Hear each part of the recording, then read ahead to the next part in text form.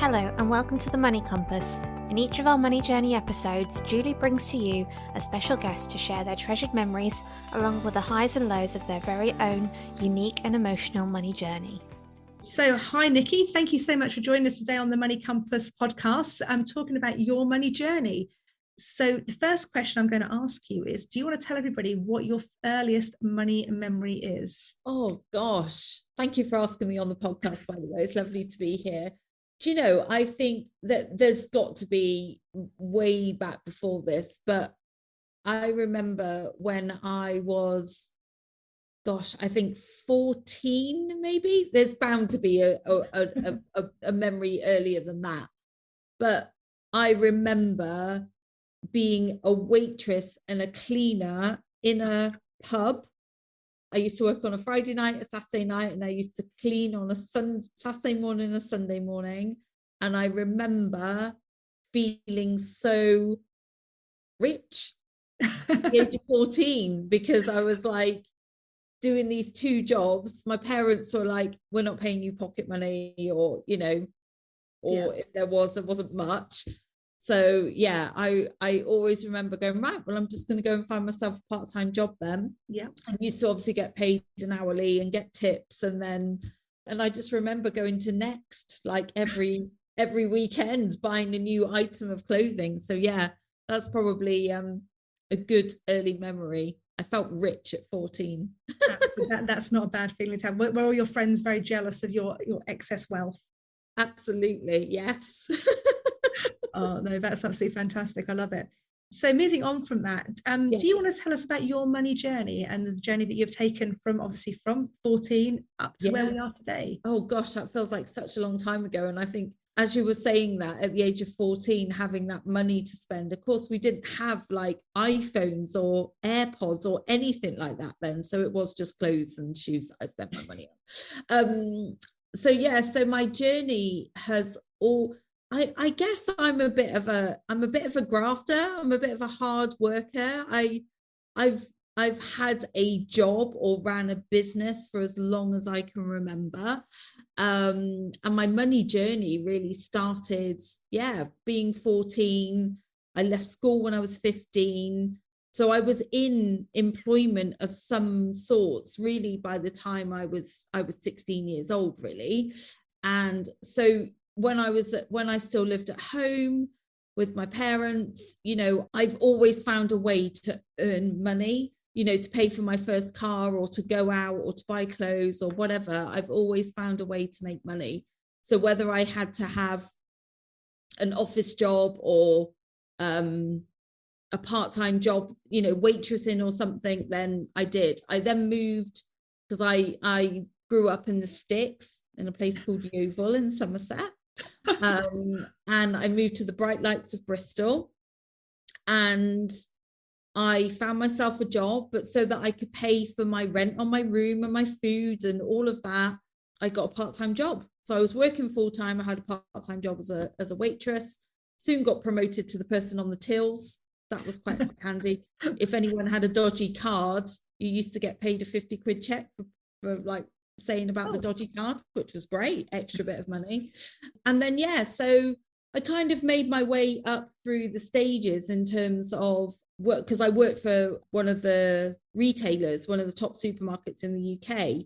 So I made my way up through the ranks. I became like an assistant buyer, then I was a buyer, and I was really fortunate in around the time that I was making my way through, because actually I was supported really well by like the team I worked in and stuff as well. So, and when I was in buying, you know, you could pretty much have your weekly shop because suppliers would send in like samples all the time. So, you know, it was always, I think probably up until the time I got married, I always felt quite rich. Yeah. Oh my God, and then something obviously changed. So I think then just that because I had money to put down as a deposit for a house, I always bought cars outright. And then I think life just happens, you know, in the sense of getting married, buying a house, doing up a house, building extension. My husband lost his job 3 times in 3 years. So we went through all the redundancy and like his redundancy money then going really quickly because the job market was really poor. And then I had a baby. Oh, we had a baby, not just me. We had a baby. And I think we just went through those like real, you know, like we all experienced that real turbulent time of having kids, being made redundant, losing a job.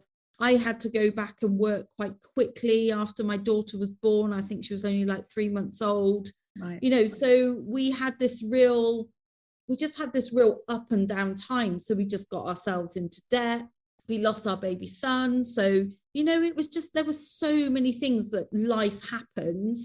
And we found ourselves, you know, in credit card debt. And I decided I decided at a really key point that I was going to build and grow my business. And that was like 7-8 years ago. Yeah. So I just put my head down, really worked on my business. And it took a good 3 years to recover out of that debt. Yeah. And then continue to, you know, just keep on track with everything since then. So I've had quite a rich time, then quite a poor time, a bit rich now, and then they're putting the prices up on everything. So I'm not too sure now, but it has gone in a real like up, down, and the down was really tough. Yeah. But like explaining it, like I'm explaining to you, life really did happen. You know, everything was thrown at us. It was definitely a moment where responsibility suddenly became real kind of big things. So Massive. Yeah, massive. And it's obviously a huge learning curve and pretty uncomfortable at a lot of stages.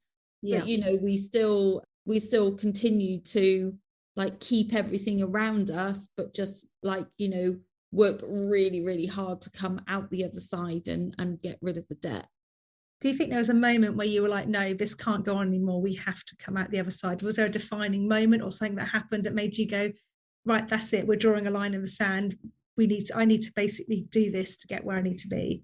Yeah, I think I always kind of felt that, but it all just felt really quite overwhelming. You know, it's like, oh, just paying the minimum payment on a card, or just doing this, or just doing that. But there came a point probably about year 3 in my business where I could really start to see, you know, the business had gained momentum and really start to see a turning point. And I was like, this just can't carry on any longer. I've got to do something about this now.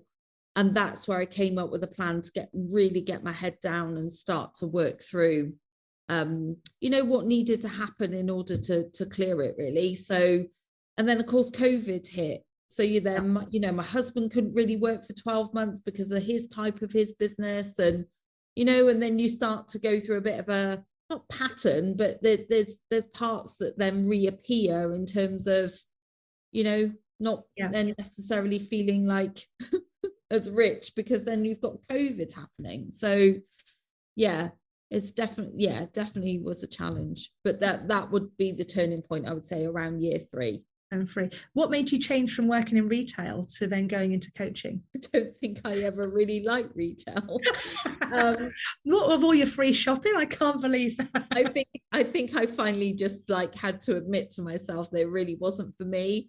I got into retail when I moved to Bristol because it was like, great, this is a great admin job, but you soon got swept along with the way that people worked. And it was like, oh, right, here's a gap, we're going to promote you. Oh, right, here's a gap, we're going to promote you. So you kind of found yourself on a bit of a wave with it all. Yeah. And my husband we met at the same place, and my husband got made redundant. And I was like, no way, I wanted it to be me, not you. And then I literally gave it a year.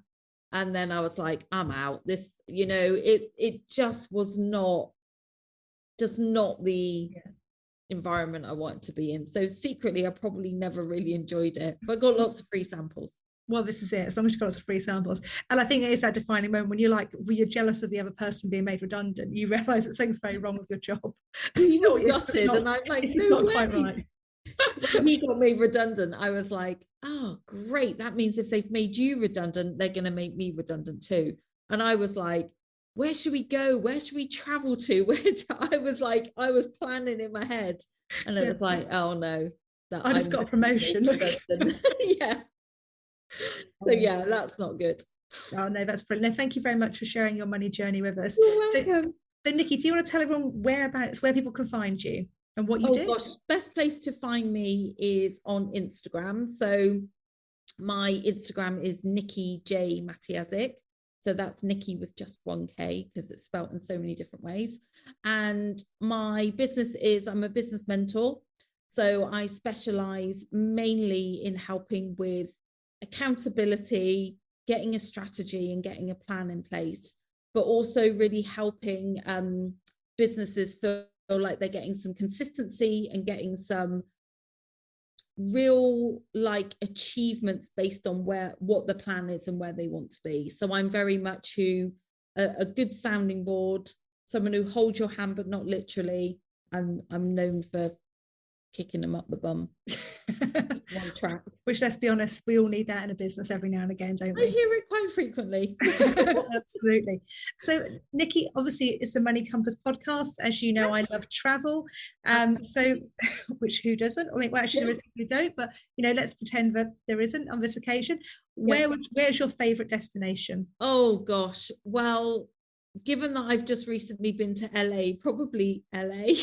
It was amazing, but for sure there's parts of America that I definitely love to go back to LA again, and I definitely love to go to New York again. But for me, absolute destination would be Tuscany in Italy. Like just food, drink, vineyards, villas, all of it. Love it. Definitely, anything involves food and drink, it's definitely got my vote too. So yeah, absolutely. Yeah, so definitely there. No, that's brilliant. Well, thank you so much for joining us today, and look forward to catching up with you very soon. Thank you, Julie. Thanks for having me. No problem.